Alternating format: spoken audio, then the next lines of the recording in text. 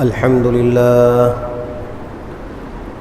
لله نحمده ونستعينه ونستغفره ونؤمن به ونتوكل عليه ونعوذ بالله من شرور أنفسنا ومن سيئات أعمالنا من يهده الله فلا مضل له ومن يضلله فلا هادي له ونشهد أن لا إله إلا الله وحده لا شريك له ونشهد أن سيدنا وحبيبنا ومولانا محمدا عبده ورسوله صلى الله تعالى عليه وعلى آله وصحبه وأزواجه وذريته وبارك وسلم تسليما كثيرا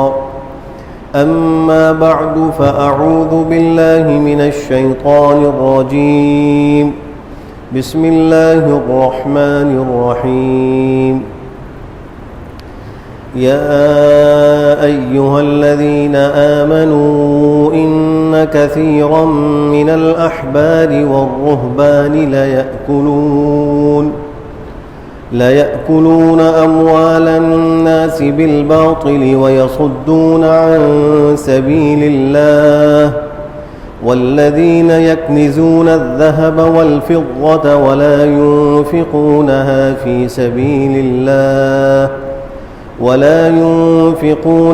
في سبيل الله فبشرهم بعذاب أليم يوم يحمى عليها في نار جهنم فتكوى بها جباههم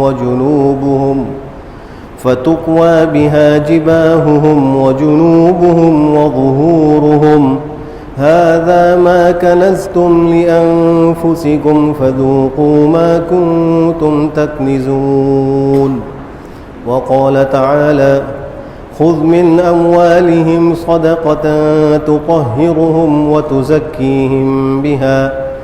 وتزكيهم بها وصل عليهم إن صلاتك سكن لهم والله سميع عليم صدق الله مولانا العظيم وبلغنا رسوله النبي الكريم ونحن على ذلك من الشاهدين والشاكرين والحمد لله رب العالمين۔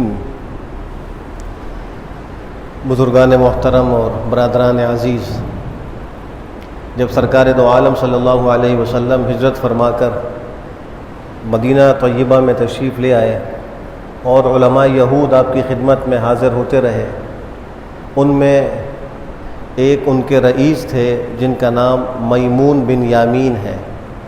ان کا شمار یہود کے رؤساء میں ہوتا تھا۔ انہوں نے بھی اسلام قبول کیا اور آپ کی خدمت میں یہ بات عرض کی کہ اللہ کے رسول، یہود کے لوگوں کو آپ ذرا بلا لیجئے اور ان کو بلا کر دعوت دیجئے اور مجھے حکم اور فیصل ان کو کہیے کہ ان کو حکم اور فصل مقرر کر لو کہ یہ تمہارے فیصل ہوں گے، جو یہ فیصلہ کریں گے تم کو منظور ہوگا، تو وہ ضرور میرے فیصلے پر راضی ہو جائیں گے۔ چنانچہ آپ نے ان کو حجرے کے اندر ایک پردے کے پیچھے چھپا دیا اور یہود کو بلا بھیجا۔ جب وہ آ گئے تو آپ نے ان کو دعوت دی اور یہ کہا کہ تم جو ہے وہ میمون بن یامین کو اپنا فیصل اور حکم بنا لو، جو ان کا فیصلہ ہو تم منظور کر لو۔ انہوں نے کہا ہمیں منظور ہے، چونکہ یہ ان کے بہت بڑے آدمی تھے اور رؤساء میں ان کا شمار ہوتا تھا۔ جب یہ بات ہوئی تو وہ پردہ ہٹا کر باہر تشریف لائے اور انہوں نے آ کر کہا اشہد ان لا الہ الا اللہ واشہد ان محمدا عبدہ ورسولہ۔ یہود اسی وقت منکر ہو گئے، حالانکہ کچھ لمحات پہلے انہوں نے ان کے فیصلے پر رضامندی کا اظہار کیا، لیکن جب ان کا اسلام سنا تو فوراً مکر گئے اور اسلام قبول نہیں کیا۔ انہی میں ایک حضرت سلمان فارسی ہیں رضی اللہ تعالی عنہ، جو شاہان فارس سے تعلق رکھتے تھے اور ان کی بڑی لمبی عمر ہوئی ہے۔ ابو شیخ نے طبقات الاصبہانیین ایک کتاب ہے، اس میں لکھا ہے کہ ان کی عمر 250 سال سے زیادہ تھی۔ بعض نے 350 سال ان کی عمر ذکر کی ہے۔ اور حضرت عیسیٰ علی نبینا وعلیہ صلوات و تسلیمات کے جو حواریین تھے ان میں سے کسی کا زمانہ بھی انہوں نے پایا ہے۔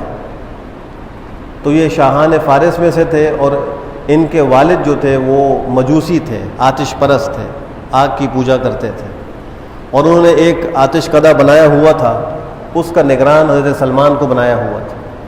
ان کی کنیت ابو عبداللہ ہے اور سلمان الخیر اس نام سے مشہور ہیں، یعنی سلمان سارا کا سارا ہی خیر و بھلائی کا مرکز ہے۔ آپ علیہ الصلوۃ والسلام کے اوپر اسلام لانے کے بعد اور آپ کے ہاتھ پر بیعت کرنے کے بعد ہمیشہ ان سے خیر و بھلائی ہی لوگوں کو ملی ہے۔ اور کوئی شخص ان سے پوچھتا تھا کہ ابن من انت، آپ کس کے بیٹے ہیں؟ تو وہ کہتے ہیں سلمان ابن اسلام، میں اسلام کا بیٹا سلمان ہوں۔ اپنے والد کا نام ذکر نہیں کرتے تھے بلکہ وہاں اسلام کو ذکر کرتے کہ میں سلمان بن اسلام ہوں۔ یہ وہی صحابی ہیں جنہوں نے غزوہ خندق کے موقع پر یہ مشورہ دیا تھا کہ ہمارے ہاں فارس میں جب جنگ ہوتی ہے اور فریق مقابل بڑی تعداد میں ہو اور ہم کم ہو تو ہم خندق اپنے ارد گرد کھود کر دفاع کرتے ہیں۔ تو آپ صلی اللہ علیہ وآلہ وسلم نے ان کے مشورے کو قبول فرمایا، اور پھر وہ مشہور زمانہ خندق کھودی گئی، جس کی وجہ سے اس غزوے کا نام ہی غزوہ خندق پڑ گیا۔ اس غزوے کو غزوہ احزاب بھی کہتے ہیں۔ احزاب حزب کی جمع ہے، حزب کا معنی گروہ اور جماعت۔ اس غزوے کو غزوہ احزاب اس لیے کہا جاتا ہے کہ مشرکین مکہ نے قبائل عرب کی مختلف جماعتوں کو جمع کیا تھا، اور مسلمانوں کے خلاف وہ محاذ آرائی انہوں نے کی تھی، اس وجہ سے اس کا نام غزوہ احزاب پڑ گیا۔ اور جس صورت میں اس غزوے کا تذکرہ ہے اس صورت کو بھی سورہ احزاب کہا جاتا ہے، وہ بھی اسی وجہ سے کہا جاتا ہے کہ چونکہ اس میں غزوہ احزاب کا تذکرہ ہے۔ بہرحال حضرت سلمان فارسی رضی اللہ تعالیٰ عنہ نے اپنے اسلام کا پورا طویل قصہ حضرت عبداللہ ابن عباس کو سنایا، اور بتلایا کہ میں چونکہ اپنے والد کے ساتھ رہتا تھا، والد نے مجھے آتش کدہ کا نگران بنایا ہوا تھا، اور والد میری ایسی حفاظت کرتا تھا جیسے کنواری لڑکیوں کی حفاظت کی جاتی، گھر سے باہر نکلنے کی اجازت نہیں ہوتی تھی، گھر کے اندر ہی مجھے رہنا ہوتا تھا۔ ایک دفعہ کسی کام میں مصروفیت کی وجہ سے والد صاحب نے کہا کہ تم جا کے ذرا زمینوں کی دیکھ بھال کر لو، تو کہتے ہیں میں گھر سے باہر نکلا، زمین پر جب جانے لگا تو راستے میں ایک گرجا پڑا جہاں پہ عیسائی لوگ عبادت کرتے تھے، تو مجھے اس کے اندر سے کچھ آوازیں آ رہی تھیں، تو میرے دل کے اندر آیا کہ میں اندر جا کر دیکھوں کہ یہ کون لوگ ہیں اور کیا کر رہے ہیں۔ جب میں اندر پہنچا تو میں نے نصارہ کو دیکھا کہ وہ نماز پڑھ رہے تھے، اپنے طریقے کے مطابق عبادت کر رہے تھے۔ تو کہتے ہیں کہ وہ دیکھ کر مجھے بڑا اچھا لگا، اور میں نے کہا کہ یہ جو دین ہے یہ ہمارے دین جو آتش پرستی کا ہے اس سے بہتر ہے۔ پھر میں ان لوگوں سے ملا اور میں نے ان کو کہا کہ میں ایسے ایسے فلاں دین پر ہوں، تو انہوں نے کہا ہمارا دین تو نصرانیت ہے اور یہ سب سے اچھا دین ہے۔ تو میرے دل کے اندر اس کی قدر و قیمت آ گئی۔ اسی بات چیت میں اور وہاں رہنے میں دیر ہو گئی اور غروب آفتاب ہو گیا۔ والد صاحب کو پریشانی لاحق ہو گئی کہ یہ کہاں چلا گیا۔ جب میں پہنچا تو مجھ سے پوچھا دیر کہاں لگائی، تو میں نے پورا واقعہ ذکر کیا کہ ایسے ایسے مجھے گرجا میں جانے کا اتفاق ہوا، اور خدا کی قسم میں ان کے دین کو اپنے دین سے بہتر سمجھتا ہوں۔ والد نے کہا کہ ایسا نہیں ہو سکتا، ہمارا دین سب سے بہتر ہے، جو ہم مجوسی لوگ ہیں آتش کی پوجا کرتے ہیں ہم سب سے اچھے ہیں۔ جب بیٹے سے کچھ مباحثہ ہوا تو باپ کو خطرہ ہو گیا، اس نے ان کو بیڑیاں پہنا دیں، زنجیریں باندھ دیں کہ کہیں باہر نہ جا سکیں۔ انہوں نے ان نصارہ کو پیغام بھیجا کہ تم لوگوں کا کوئی قافلہ اگر شام کی طرف جانے والا ہو تو مجھ کو بتلانا، میں چپ چاپ ان کے ساتھ شریک ہو کر شام جانا چاہتا ہوں۔ چونکہ یہ ان سے پوچھ چکے تھے کہ تمہاری اصل بنیاد کہاں پر ہے، نصارہ نے کہا کہ ہماری بنیاد تو ملک شام میں ہے۔ اس پر انہوں نے یہ فیصلہ کیا کہ مجھے ملک شام جانا چاہیے۔ چنانچہ کچھ ہی دنوں کے بعد ایک قافلہ نصارہ کا وہ ان کے علاقے سے شام کی طرف روانہ ہو رہا تھا، تو انہوں نے ان کو پیغام بھیج دیا۔ انہوں نے اپنی زنجیریں کھولی، بیڑیاں اتاری اور چپ چاپ خاموشی سے اس قافلے میں شامل ہو گئے اور شام پہنچ گئے۔ جب شام پہنچے تو وہاں انہوں نے پوچھا کہ یہاں سب سے بڑا عالم کون ہے آپ کا، تو ان کو بتلایا گیا، کہتے ہیں میں اس کی خدمت میں چلا گیا، لیکن وہ بڑا برا عالم تھا اور وہ بڑا لالچی تھا، حریص تھا۔ لوگ اس کو زکوٰۃ و صدقات کے مال دیتے تھے تاکہ وہ غریبوں اور فقراء پہ تقسیم کرے، لیکن وہ تقسیم نہیں کرتا تھا اور وہ اپنے پاس جمع کر کے رکھتا تھا۔ یہاں تک کہ جب اس کا انتقال ہوا تو 7 مٹکے دراہم و دینار سے بھرے ہوئے اس کے پاس رکھے ہوئے تھے جو اس نے لوگوں کے اموال زکوٰۃ اور صدقات سے جمع کیے تھے. لوگوں کو یہ پتہ نہیں تھا. جب اس کا انتقال ہوا تو بڑی دھوم دھام سے اس کی تجہیز و تکفین کرنے لگے. تو حضرت سلمان کہتے ہیں کہ میں نے لوگوں سے کہا کہ تم جس کا اتنا اعزاز کر رہے ہو وہ تو اتنا برا آدمی تھا, لالچی اور حریص آدمی تھا. اس نے تمہارے پیسوں کو اس طرح جمع کر کے رکھا, خزانہ بنا کے رکھا, اس کو خرچ نہیں کیا. تو لوگوں کو بڑا غصہ آیا اور انہوں نے اس کو بجائے غسل کفن دینے کے سولی پہ چڑھا کے سنسار کر دیا. اس کی لاش کو سولی پہ چڑھا کر اس کو سنسار کر کے اس طرح بے عزت کیا اور اس کی جگہ ایک اور عالم کو لا کر بٹھایا. حضرت سلمان کہتے ہیں کہ وہ بڑا اچھا اور نیک دل عالم تھا اور میں نے اس سے بڑھ کر بہتر اب تک کسی کو نہیں دیکھا تھا, اور جتنی محبت اس سے مجھے ہوئی اب تک کسی سے مجھے اتنی محبت نہیں ہوئی تھی. میں اس کی خدمت میں رہا یہاں تک کہ اس کے انتقال کا وقت قریب آ گیا. تو میں نے اس سے پوچھا کہ آپ اپنے بعد مجھے کس کے پاس رہنے کی وصیت کرتے ہیں؟ انہوں نے ایک عالم کا نام بتلایا. میں وہاں چلا گیا. اس طرح 3-4 علماء کے پاس میں رہا یہاں تک کہ جب میں آخری عالم کے پاس پہنچا اور اس کے بھی انتقال کا وقت آیا تو میں نے اس سے کہا کہ اب بتاؤ کہ تمہارے بعد میں کس کے پاس جاؤں؟ تو اس نے کہا کہ اب میرے علم میں تو روئے زمین پر کوئی ایسا اچھا عالم نصارہ کا موجود نہیں ہے, البتہ نبی آخر الزمان کے ظہور کا وقت قریب معلوم ہو رہا ہے اور وہ دین ابراہیمی پر ہوں گے اور ان کا ظہور عرب میں ہوگا اور وہ ایک نخلستانی زمین کی طرف ہجرت کریں گے. تو میں تم کو وصیت کرتا ہوں کہ تم ان کے آنے کا انتظار کرو, ان کی تلاش کرو, جب وہ مل جائیں تو ان سے تم بیعت ہو جانا اور ان کے دین پر ایمان لے آنا. چنانچہ وہ کہتے ہیں کہ میں نے عرب جانے کا ارادہ کر لیا ملک شام سے, اور اس زمانے میں میرے پاس کچھ گائے اور بکریاں بھی جمع ہو گئیں. تو ایک عربوں کا قافلہ جا رہا تھا. میں نے ان سے کہا کہ مجھے اپنے ساتھ لے لو اور یہ ساری بکریاں اور گائیں تمہاری ہیں. ان کو میں نے وہ گائیں ہدیہ کر دی, ان کے ساتھ میں شامل ہو گیا. لیکن انہوں نے مجھ پر ظلم یہ کیا کہ مجھے غلام بنا کر فروخت کر ڈالا لوگوں کے ہاتھ. 10 سے زائد لوگوں کے ہاتھ وہ فروخت ہوتے رہے اور نہایت کم قیمت پر فروخت ہوتے رہے, یہاں تک کہ ایک مقام پر وہ پہنچے جو نخلستانی جگہ تھی, وہاں ایک یہودی نے ان کو خریدا. تو وہ کہتا ہے کہ میرے دل میں یہ خیال آیا کہ شاید یہی وہ جگہ ہوگی, مجھے یہیں رہنا چاہیے جہاں نبی آخر الزمان کا ظہور ہوگا اور پھر وہ اس کے بعد یہاں ہجرت کر تشریف لائیں گے. تو وہ کہتے ہیں کہ ابھی میں یہ سوچ ہی رہا تھا کہ اس یہودی نے مجھے بنو قریظہ کے ایک یہودی کے ہاتھ فروخت کر ڈالا اور وہ مجھے مدینہ منورہ میں لے آیا. اس کا ایک باغ تھا اور میں اس کے اندر خدمت کرنے لگا غلام ہونے کی حیثیت سے, یہاں تک کہ جناب نبی کریم صلی اللہ علیہ وسلم نے ہجرت فرمائی اور آپ شروع میں آ کر قباء کے مقام پر قیام پذیر ہوئے. 14 دن آپ نے وہاں قیام فرمایا تھا. اس کے بعد آپ تشریف لائے تھے مدینہ منورہ.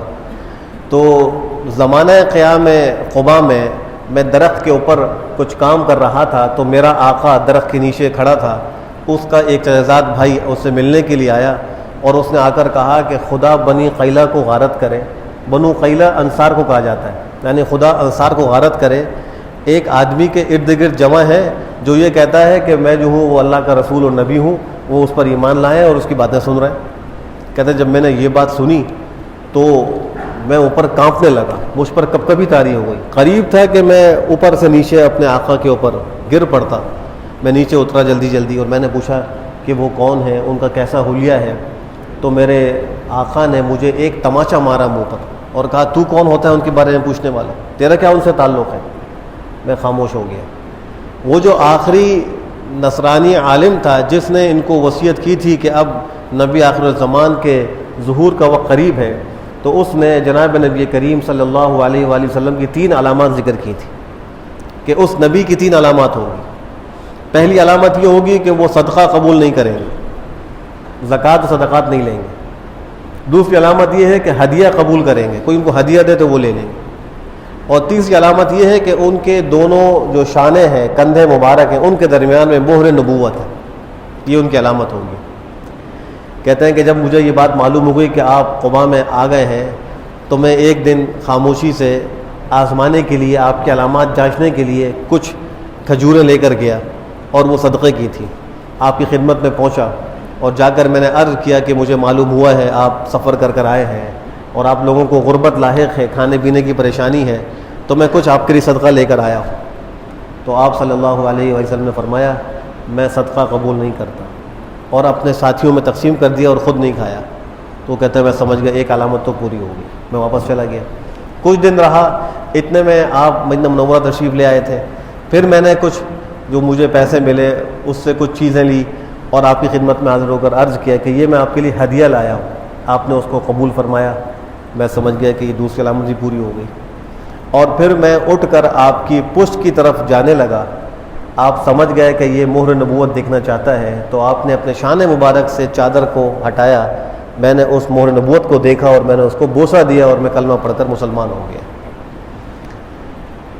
وقت اسی طرح گزرتا رہا یہاں تک کہ آپ صلی اللہ علیہ وسلم نے ان سے فرمایا کہ اے سلمان, تم اپنے آقا سے کتابت کیوں نہیں کر لیتے؟ کتابت یہ ایک معاہدہ ہے جو ایک غلام اپنے آقا سے کرتا ہے, اور اس کی تفصیل یہ ہے کہ وہ غلام اپنے آقا کو کہتا ہے کہ آپ مجھے آزاد کر دیں, میں آپ کو اتنا مال کما کے دوں گا. تو آقا کہتا ہے ٹھیک ہے, تم جب مجھے اتنا مال کما کے دے دو گے تو میں تم کو آزاد کر دوں گا. چنانچہ وہ کہتے ہیں کہ میرے آقا نے کہا کہ تم 300 کھجور کے درخت لگاؤ, جب ان میں پھل آ جائے گا تو تم کو میں آزاد کر دوں گا, تم آزاد ہو جاؤ. اور دوسری چیز یہ رکھی کہ ایک اوقیہ چاندی تم مجھے جو ہے, ایک پیمانہ ہے اوقیہ اسے کہا جاتا ہے, تم اتنی چاندی مجھے دے دو گے. انہوں نے اس کو منظور کر لیا اور آپ کی خدمت میں حاضر ہوئے اور عرض کیا کہ میرے آقا نے مجھے اتنا مال دینے کے لیے کہا ہے, پھر میں آزاد ہوں گا. آپ نے فرمایا کہ اچھا ٹھیک ہے, قبول کر لیا, بہت اچھی بات ہے. پھر صحابہ کرام سے فرمایا کہ ان کے لیے کھجور کے پودے جو ہے وہ اکٹھے کرو. تو کوئی 20 پودے لایا, کوئی 30 لایا, کوئی 10 لایا, ایسے کرتے کرتے وہ 300 پودے جمع ہو گئے. پھر آپ نے فرمایا کہ تم جاؤ, جا کر جہاں یہ لگانے ہیں اس جگہ جو گڑھے ہیں پودوں کے لیے وہ کھود دو, لیکن لگانا نہیں, میں خود آؤں گا اپنے ہاتھ سے لگاؤں گا. چنانچہ انہوں نے ایسے ہی کی تیاری کر لی. آپ صلی اللہ علیہ وآلہ وسلم تشریف لے گئے اور اپنے دست مبارک سے ان 300 پودوں کو آپ نے لگایا. کھجور کا درخت تو کئی سالوں کے بعد پھلاور ہوتا ہے, لیکن یہ درخت جو آپ نے لگایا یہ آپ کا معجزہ تھا کہ 1 سال کے اندر ہی باراور ہو گئے اور ان میں کوئی ایک پودا بھی خشک نہیں ہوا, سب تر و تازہ رہے, سرسبز و شاداب رہے. وہ کیوں نہ سرسبز و شاداب رہتے کہ اس پر سرکار دو عالم صلی اللہ علیہ وسلم کا دست مبارک لگا تھا, وہ کیسے خشک ہو سکتے تھے؟ آج بھی سلمان فارسی کا وہ باغ مشہور موجود ہے اور اس کی کھجوریں جو ہیں وہ لوگ لیتے ہیں. اس زمانے سے یہ باغ جو ہے چلا آ رہا ہے, کچھ درخت آج بھی اس کے موجود ہیں. پھر اب دوسرا سلسلہ رہ گیا کہ وہ چاندی مہیا کرنی تھی. تو آپ صلی اللہ علیہ وسلم کے پاس ایک شخص ایک انڈے کے برابر سونے کا ٹکڑا لایا اور لا کر آپ کو دے دیا کہ آپ جہاں چاہیں اس کو خرچ فرمائیں. آپ نے بلایا سلمان فارسی کو اور کہا کہ یہ لے جاؤ اور اپنے آقا کو دے دو. انہوں نے عرض کیا کہ یہ تو مقدار میں بہت کم ہے, 40 اوقیہ اس نے مقدار رکھی ہے. آپ نے فرمایا کہ لے جاؤ.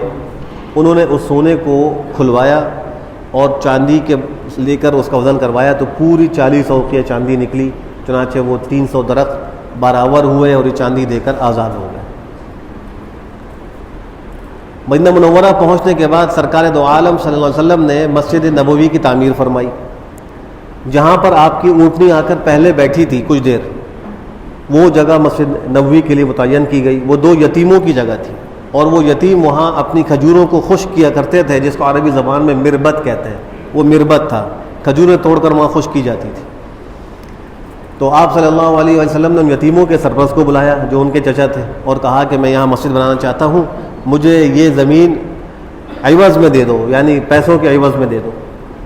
تو اس نے کہا کہ آپ کے لیے زمین مفت میں حاضر ہے, آپ جیسا چاہیں اس کو استعمال فرمائیں. آپ نے فرمایا کہ نہیں, میں مسجد کی زمین مفت نہیں لینا چاہتا. اور ایک روایت میں آتا ہے کہ صدیق اکبر کو فرمایا کہ تم اس کی قیمت ادا کرو. 10 دینار میں وہ جگہ لی گئی اور اس پر مسجد نبوی کو تعمیر کیا گیا. آپ نے فرمایا کہ پہلے کچی اینٹیں بناؤ. کچی اینٹیں بنائی گئیں تو کچی اینٹوں کی دیوار بنائی گئی اور جو کھجور کے تنے تھے اس کے ستون بنائے گئے, اور کھجور کی جو چھال ہوتی ہے اور اس کی شاخیں ہوتی ہیں ان سے اس کی چھت بنائی گئی. وہ چھت کچی تھی, جب بارش ہوتی تھی تو اندر پانی ٹپکتا تھا. اس پر پھر کچی مٹی کا لیپ وغیرہ بھی کیا گیا. تو یہ شروع میں مسجد بنی تھی اور اس کی لمبائی اور چوڑائی بھی علماء سیر نے ذکر کی ہے کہ 100 ذراع لمبی تھی اور 100 ذراع وہ چوڑی تھی. 1 ذراع یہ کہلاتا ہے, یہاں سے لے کر یہاں تک کا حصہ عربی زبان میں ذراع کہلاتا ہے. تو اس طرح 100 ہاتھ لمبی اور 100 ہاتھ چوڑی تھی. یہ سلسلہ 7 ہجری تک رہا اور 7 ہجری میں پھر آپ نے دوبارہ اس کو تعمیر فرمایا اور اس میں توسیع کی, کچھ اس کو بڑھایا. تو وہ 100 گز سے کچھ مزید بڑی ہو گئی, لیکن اس کی جو یہ دیواریں تھیں وہ ویسی کچی اینٹوں کی رہیں اور ستون وہی کھجور کے تنوں کے رہے اور چھت بھی ایسی کھجور کی چھال کی رہی. اور یہی ترتیب جو ہے وہ مسجد نبوی کی تعمیر کی زمانہ صدیق اکبر میں بھی رہی اور زمانہ فاروقی میں بھی رہی. حضرت عثمان ابن عفان نے پھر اس کو از سر نو شہید کر کے جو منقش پتھر تھے ان سے اس کو تعمیر کرایا. تو یہ پہلی ایک جو ہے وہ آراستہ اور پیراستہ تعمیر زمانہ خلافت عثمانی میں مسجد نبوی کی ہوئی تھی. معراج کے موقع پر آپ صلی اللہ علیہ وآلہ وسلم کو نمازوں کا تحفہ تو مل گیا تھا امت کے لیے. تو اول بعثت کے زمانے میں تو 2 نمازیں فرض ہوئی تھی، وہ پڑھتے تھے صبح اور شام کی نمازیں. لیکن معراج میں 5 نمازیں فرض ہوئیں. لیکن وہ 5 نمازیں اس طرح تھی کہ سوائے مغرب کے بقیہ نمازیں 2 رکعت تھیں. فجر کی 2 رکعتیں، ظہر کی 2 رکعتیں، عصر کی 2 رکعتیں، مغرب کی 3 رکعتیں اور عشاء کی 2 رکعتیں. اس طرح 5 نمازیں فرض ہوئی تھیں. پھر بعد میں ظہر، عصر اور عشاء حالت اقامت میں ان کے اندر 2 رکعتوں کا اضافہ کر دیا گیا، یہ 4 ہو گئی. اور حالت سفر میں یہ اپنی اصل پر باقی رہیں. لہذا آج بھی ظہر، عصر اور عشاء یہ 3 نمازیں ایسی ہیں کہ سفر شرعی میں ان کو 2 پڑھا جاتا ہے، 4 نہیں پڑھا جاتا. اور اقامت کی حالت میں، سکونت کی حالت میں یہ 4 پڑھی جاتی ہیں. تو شروع میں 2 ہی رکعتیں فرض ہوئی تھیں، لیکن پھر زمانہ قیام کی نمازوں میں ان 3 کے اندر 2 رکعتوں کا اضافہ کر دیا گیا تھا. آپ صلی اللہ علیہ وآلہ وسلم کو یہ فکر تھی کہ نمازیں تو فرض ہو گئیں اور لوگوں کو جماعت کے لیے وہ آتے ہیں، لیکن بلانے کا کوئی خاص ذریعہ نہیں ہے، کوئی خاص علامت نہیں ہے. تو ہوتا یہ تھا کہ جیسی نماز کا وقت ہوتا، کوئی ایک ساتھی، کوئی ایک صحابی جا کر کسی مقام پر جہاں لوگ جمع ہوتے اعلان کرتا ہے کہ الصلاۃ جامعہ، الصلاۃ جامعہ، بس یہ اعلان ایک ہو جایا کرتا تھا. لیکن آپ کو بڑی فکر تھی. آپ نے صحابہ کرام کا مشورہ بلوایا. تو اس مشورے میں بعض نے ناقوس کا مشورہ دیا. ناقوس یہ جیسے آج کل گھنٹا کہا جاتا ہے، ہندو اور عیسائی لوگ اپنی عبادت کے موقع پر اس کو بجاتے ہیں. تو بعض نے یہ مشورہ دیا کہ وہ ناقوس بجا دیا جائے. یہ 2 لکڑیاں ہوتی تھیں، ایک لمبی ایک چھوٹی، ایک لکڑی کو دوسری پہ مارتے تھے، اس سے آواز پیدا ہوتی تھی. تو یہ ایک اعلان ہو جائے گا کہ لوگ نماز کے لیے آ جائیں گے. آپ نے اس مشورے کو رد فرما دیا کہ اس میں نصارہ کی مشابہت ہے. کسی نے مشورہ دیا کہ آج کل جیسے بگل ہوتا ہے بجایا جاتا ہے، اس میں پھونک ماری جاتی ہے، وہ ایک سینگ نما لکڑی ہوتی تھی اور پھونک مارنے سے اس میں آواز نکلتی تھی. تو ایک نے مشورہ یہ دیا کہ یہ بجایا جائے، جماعت کے وقت لوگ جمع ہو جائیں گے اس کی آواز سن کر. آپ صلی اللہ علیہ وسلم نے فرمایا کہ نہیں، اس میں یہود کی مشابہت، اس کو بھی پسند نہیں کی. ذرا دیکھیے کہ آپ نماز کے لیے جمع کرنے کا ذریعہ کیا ہونا چاہیے اس کی مشاورت کر رہے ہیں، اور اس میں مشورے میں بھی یہود و نصارہ کی مشابہت جن چیزوں میں ہو رہی ہے آپ اس کو رد فرما رہے ہیں. یعنی آپ نے غیر مسلموں کی مشابہت کو پسند نہیں کیا، حتیٰ کہ یہ فرمایا کہ من تشبہ بقوم فہو منہم، جو جس قوم کی مشابہت کرے گا وہ انہی میں سے ہوگا، یعنی اس کا حشر ان کے ساتھ ہوگا. ایک حدیث میں آپ نے فرمایا کہ خالف المشرکین وفر اللحى واحف الشوارب، مشرکین کی مخالفت کرو، داڑھیوں کو بڑھاؤ، مونچھوں کو چھوٹا رکھو. تو جو لوگ داڑھیوں کو نہیں بڑھاتے گویا وہ مشرکین کی مشابہت کر رہے ہیں. آپ کو یہ پسند نہیں تھا.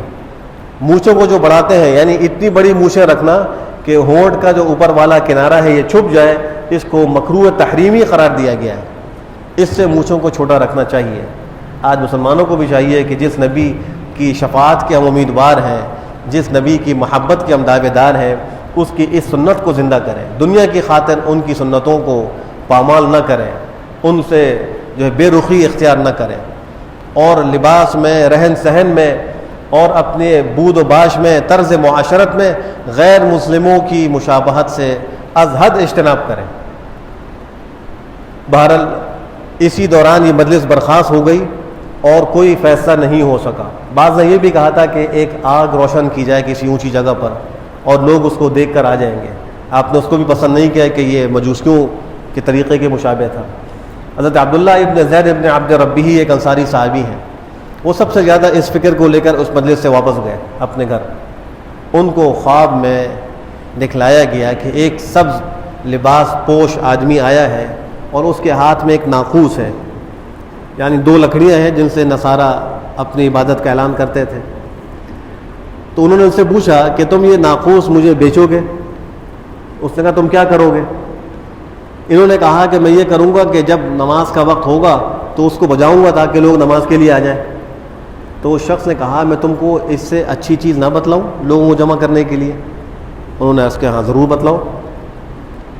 تو اس نے کہا کہ جب نماز کا وقت ہو تو اس وقت تم یوں کہا کرو اللہ اکبر اللہ اکبر. یہ کلمات پورے اذان کے اشہد ان لا الہ الا اللہ سے لے کر لا الہ الا اللہ تک پورے کلمات کا اذان کہلا دی. پھر کچھ دیر وہ رکا اور پھر کہا کہ جب اقامت کہنی ہو تو بھئی یہ کہو. وہ اقامت سے کلمات جو آج ہمارے یہاں کہے جاتے ہیں وہ ان کو اس نے پورے الفاظ کہلوائے, اور اس میں قد قامت الصلاۃ کا اضافہ بھی تھا. قد قامت الصلاۃ, یہ جو اذان تھی اس اذان میں الصلاۃ خیر من النوم نہیں تھا. یہ تو بعد میں جب ایک موقع پر حضرت بلال حبشی آپ علیہ السلام کو فجر کی نماز کے لیے اٹھانے کے لیے حاضر ہوئے حجرے پر, تو اس وقت آپ آرام فرما رہے تھے, ان کے منہ سے نکلا الصلاۃ خیر من النوم, کہ نماز نیند سے بہتر ہے. آپ نے فرمایا کہ بلال حبشی کتنا عمدہ جملہ ہے, اس کو اپنی صبح کی اذان میں شامل کر لو. اس کے بعد سے یہ کلمہ صبح کی اذان میں شامل ہو گیا, اور مؤذن جو ہے حی علی الفلاح کہنے کے بعد آخر میں کہتا ہے الصلاۃ خیر من النوم, 2 دفعہ یہ کہتا ہے نماز نیند سے بہتر ہے. تو جب یہ خواب سے بیدار ہوئے, آپ کی خدمت میں حاضر ہوئے اور یہ پورا واقعہ ذکر کیا, آپ نے فرمایا یہ تو ملک منزل من السماء ہے, یہ تو فرشتہ تھا جو آسمان سے اتارا گیا تھا یہ تمہیں بتلانے کے لیے. اور کہا کہ عبداللہ ابن زید تم کھڑے ہو, یہ کلمات بلال کو سکھاؤ, ان کے سامنے کہو. اذان یہ بلال کہیں گے اس لیے کہ ان کی آواز اونچی ہے. معلوم یہ ہوا کہ مؤذن کی صفات میں ایک اہم صفت یہ ہے کہ اس کی آواز اونچی ہونی چاہیے. جہاں تک اس کی آواز جائے گی اس تک اس کی مغفرت کی جاتی ہے, اور اس تک کی جتنی مخلوق ہے کل قیامت میں وہ اس کے لیے سفارش کرے گی اور گواہی دے گی کہ اس نے اذان کہی تھی اور ان باتوں کا اس نے اقرار کیا تھا اور گواہی دی تھی کہ اللہ کے سوا کوئی معبود نہیں ہے, اور جناب نبی کریم صلی اللہ علیہ وسلم اللہ کے بندے اس کے رسول ہیں. تو یہ اذان اس طرح مشروع ہو گئی, اور پھر لوگوں کو نماز کے لیے اذان ہی کے ذریعے سے بلایا جاتا تھا. صحابہ کرام کا حال یہ تھا کہ جب وہ اذان سنتے تھے تو سارے کام چھوڑ کر سیدھا مسجد کا رخ کیا کرتے تھے. مسلمانوں کو بھی یہ چاہیے جب اذان کی آواز کان میں آ جائے تو اس وقت سارے کام چھوڑ دیں اور فوراً نماز کے لیے مسجد میں حاضر ہو جائیں. ایک محدث کے بارے میں آتا ہے, وہ لوہار تھے, لوہا کوٹتے تھے, اور ان کا حال یہ تھا کہ جب اذان کی آواز آتی اور انہوں نے لوہا کوٹنے کے لیے ہتھوڑا اٹھایا ہوتا تھا, کندھے سے اوپر ہوتا تھا, جیسے ہی مؤذن کی اللہ اکبر آتی تو وہ اس ہتھوڑے کو نیچے نہیں لے کر آتے, وہیں سے پیچھے چھوڑ دیتے کہ بس اب اذان کی آواز آ گئی, اس ہتھوڑے کو پیچھے چھوڑ دیتے اور مسجد جا کے نماز کی تیاری کرتے تھے.